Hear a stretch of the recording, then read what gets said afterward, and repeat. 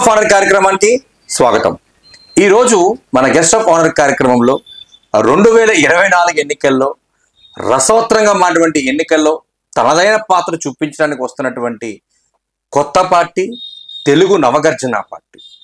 ఆ పార్టీ యొక్క ఉద్దేశాలు ఏంటి, విధి విధానాలు ఏంటి, దిశనిర్దేశాలు ఏంటి తెలుసుకోవడం కోసం ఆ పార్టీ రాష్ట్ర అధ్యక్షులు నాగబాబు మనతో ఉన్నారు. వారితో మాట్లాడి ఆ పార్టీ విధి విధానాలు ఏంటో తెలుసుకునే ప్రయత్నం చేద్దాం. నమస్కారం సార్. నమస్కారం సార్. సార్, నాగబాబు గారు, ఇన్ని పార్టీలు ఉన్నప్పటికీ, జనసేన, తెలుగుదేశం, బీజేపీ ఇన్ని పార్టీలు ఉన్నప్పటికీ మీరు తెలుగు నవగర్జన అంటే నవగర్జన అని పార్టీ పెట్టడానికి కారణం ఏంటి? ఎందుకు మీ ఉద్దేశం అసలు? ఈ ఉద్దేశం వచ్చి ఇప్పుడు స్టార్ట్ అయింది కాదండి, 1 year బ్యాక్ స్టార్ట్ అయింది. ఇప్పుడు వచ్చి ఉన్న పార్టీలన్నీ కూడా ఒక కులంతో కానీ, ఒక వ్యవస్థతో కానీ, లేదా ఒక మతంతో కానీ నడుస్తున్న పార్టీస్ అవి. సో దాంతోపాటు అధికారం ఉన్న వాళ్ళే రాజ్యం వెళ్తున్నారు. ఓకే, అధికారం లేనప్పుడు ఇప్పుడు వచ్చి ఎవరు లేరు. ఇప్పుడు దాకా ఉన్న కులాలు, మతాలు, ప్రాంతాలు అన్నీ పోను. ఇప్పుడు ప్రెసిడెంట్ జరుగుతున్న ట్రెండింగ్ ఏంటంటే అధికారం ఉండాలి, దానితో పాటు అధికారంతో పాటు డబ్బు ఉండాలి. ఈ రెండు మాత్రమే అది రాష్ట్ర శాసనసభలు శాసిస్తున్నాయి, ఓకే, పాలిటిక్స్ చేస్తున్నాయి. కానీ ఎంతో మంది నిజాయితీగా ఉన్న వాళ్ళు మాత్రం ఇండిపెండెంట్ గా పోటీ చేసి ఓడిపోతూనే ఉన్నారు. కానీ ఇండిపెండెంట్ గా పోటీ చేయడం వల్ల ఎవరికి కూడా అంతలాగా సౌలభ్యం లేకుండా పోయింది. సో దానివల్ల మా పార్టీ ద్వారా యువతరాన్ని మరియు ఇండిపెండెంట్ గా పోటీ చేసిన ప్రతి ఒక్క అభ్యర్థిని మా పార్టీలో చేర్చి ఒక పెద్ద పార్టీని ఆవిష్కరిద్దాం అనేది మా పార్టీ యొక్క ముఖ్య ఉద్దేశం.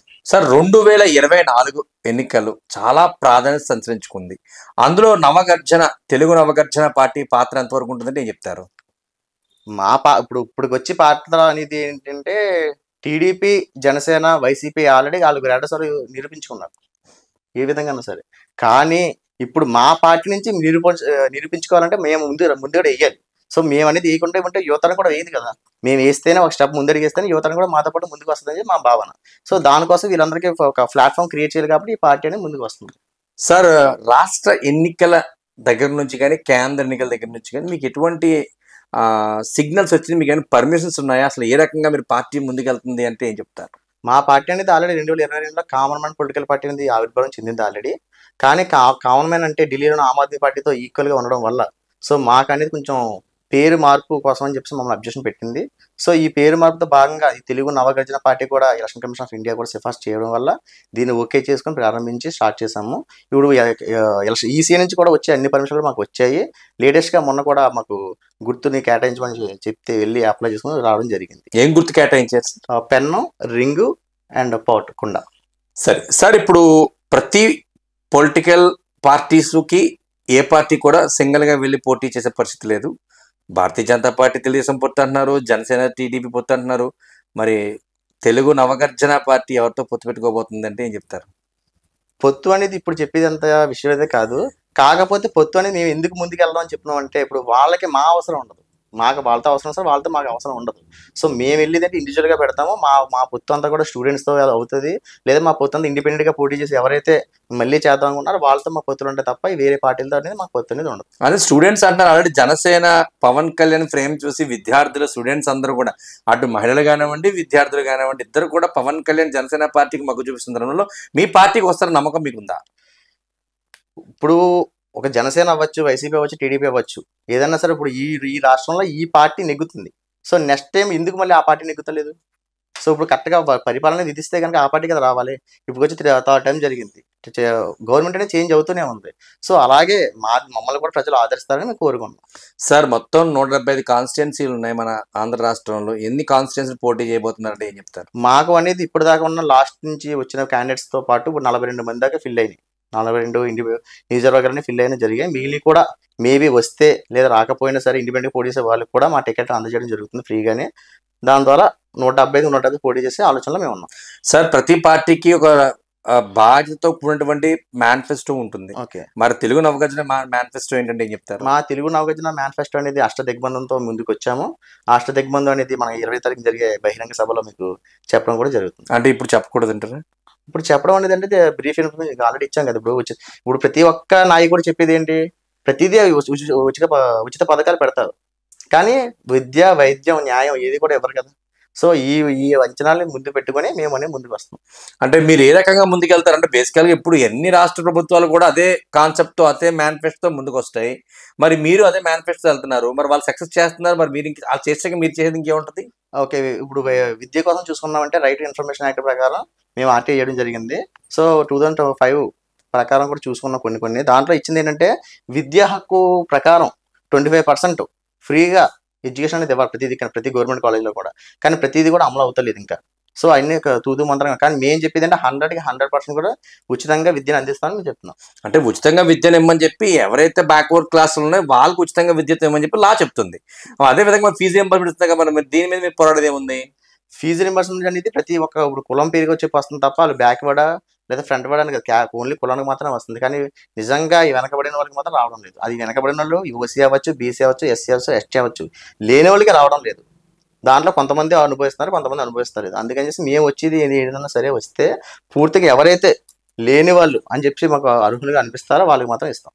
మీకు లోటు బడ్జెట్ అనేది ఆంధ్ర రాష్ట్రంలో ఉన్నది. సో మీరు 49 ఎన్నో పోటీ చేస్తున్నారని చెప్పారు. అందులో ఎన్ని నెగ్గినా సరే మీరు ఆ కాన్స్టిట్యున్సీకి మీకు డెవలప్మెంట్ చేయాలి. మరి ఎప్పుడైతే మీరు సింగిల్ పార్టీగా వెళ్ళారో మీకు సపోర్ట్ ఉంటుందంటారా? ఎప్పుడైనా సరే అండి, ఇప్పుడు ఒక బడ్జెట్ ప్రవేశపెట్టినప్పుడు స్టేట్ అవ్వచ్చు, సెంట్రల్ అవ్వచ్చు, ఆ కాన్స్టిట్యున్సీ తగ్గ నిధులు అనేది వాళ్ళు రిలీజ్ చేస్తారు ఆల్రెడీ. అవును. సో నిధులు చేయడం వల్ల వాళ్ళతో మనం ముందుకు వెళ్తాం. రెండోది ఏంటంటే ఇప్పుడు సెంట్రల్ లో ఉన్న నిధులన్నీ కూడా మనకి స్టేట్ చాలా మట్టుకు మనల్ని గోప్యంగా ఉంచుతున్నాయి. అవన్నీ కూడా ప్రజలకు తెలియజేసి వచ్చి కూడా ఫండ్సింగ్ అనేది పక్క నుంచి 10% వస్తే ఇక్కడికి వచ్చి 5% చేస్తున్నారు. సో అందుకని చేసి మీరు 10% ఏదో వస్తుంది మొత్తం అన్ని అమలయ్యేలా మేము చూసుకుంటాం. సార్ మీరు సినిమాలు చూసి ప్రభావితం ఈ పార్టీ పెట్టారా, లేకపోతే ప్రజల కష్టాలు చూసి ప్రభావితం పార్టీ పెట్టారా నేను చెప్తారు సార్? సినిమాలు చూసి పార్టీ పెట్టడం అనేది ఇది రాంగ్. అంటే ముఖ్యమంత్రి అయిపోయాడు కదా, అలాగా మనం కూడా చేసేద్దాం అనే కాన్సెప్ట్ పెట్టచ్చు కదా. మీరు చెప్పేది బాగానే ఉంది. ఇప్పుడు పార్టీ పెట్టి లోటుబాట్లు అన్ని ఉంటాయి కదా. మేము అనేది బ్యాక్గ్రౌండ్ వర్క్ అనేది చాలా హెవీగా చేసాం. అది ఎంత హెవీగా అంటే ఇప్పుడు బ్యాంబో ట్రీ అనేది ఉంటుంది చూడండి, 4 సంవత్సరాలు భూమిలో ఉంటుంది, ఒక్కసారిగా ఎదుగుతుంది. సో అలా మేము ఈ 3 years మేము 2019 నుంచి కూడా మేము ఆడి ప్రతి ఒక్కరిని మేము కాంటాక్ట్ చేసి అందరిని ఒక పథకంలోకి రప్పించుకొని మేము పార్టీ అనేది పెట్టి ఒక ఛానల్ క్రియేట్ చేసుకుని మేము రప్పించుకోవడం అనేది కూడా అది మీ భరత్ అనే సినిమా చెప్పారు మొన్న వచ్చింది. మీరు 2019-15 నుంచి కూడా మేము ఆ రాజకీయాల్లో ఉన్నాం. అక్కడ నుంచి కూడా మేము అన్ని బ్యాక్గ్రౌండ్ వర్క్ చేసుకుంటానే ఉన్నాం. కానీ మాకు ఇప్పుడు అవకాశం వచ్చింది కాబట్టి, సో దాంతో ఎలక్షన్ కమిషన్ ఆఫ్ ఇండియా కూడా అది యాక్సెప్ట్ చేసింది కాబట్టి మేము ముందుకు రావడం జరిగింది. సార్ అంటే బలంగా ముద్రించుకునే పాయింట్ ఏంటి? మేము రాజకీయ పార్టీ పెట్టాలి, ప్రజలకు సర్వీస్ చేయాలి, సేవ చేయాలని బలంగా ముద్రించే ఇదేంటి సినిమాలు కాదని మీరు అంటున్నారు. మరి ఇంక వేరే ఆల్టర్నేటివ్ ఏంటి మీకు? అది వ్యవస్థలో మార్పు అండి. అది ఒక సిస్టమ్ అనేది ఇప్పుడు ఎలా ఉందో మీకు తెలుసు.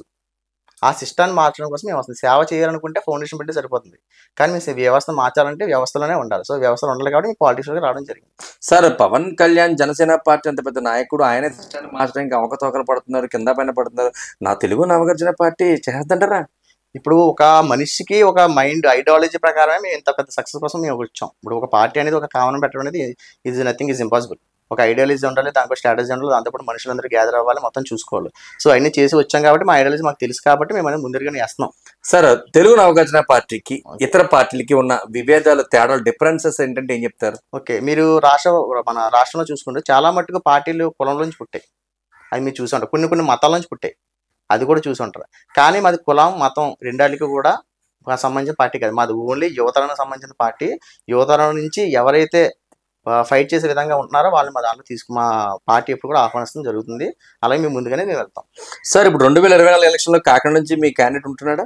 ఉంటారు, ఖచ్చితంగా ఉంటారు. సార్ ఓకే, క్యాండిడేట్ నుంచి ఖచ్చితంగా నెగ్గాలి, నెగ్గితే మీరు సర్వీస్ చేస్తారు. నెగ్గకపోతే డిపాజిట్లు కూడా రాని పరిస్థితులు కూడా ఏర్పడుతుంటాయి పార్టీలకి. ఓకే, సో ఆ పరిస్థితి వస్తే అలాగే జరగకుండా ఎక్కువ ఓటింగ్ వచ్చింది అనుకోండి, మీ కార్యాచరణ ఎలా ఉండబోతుంది?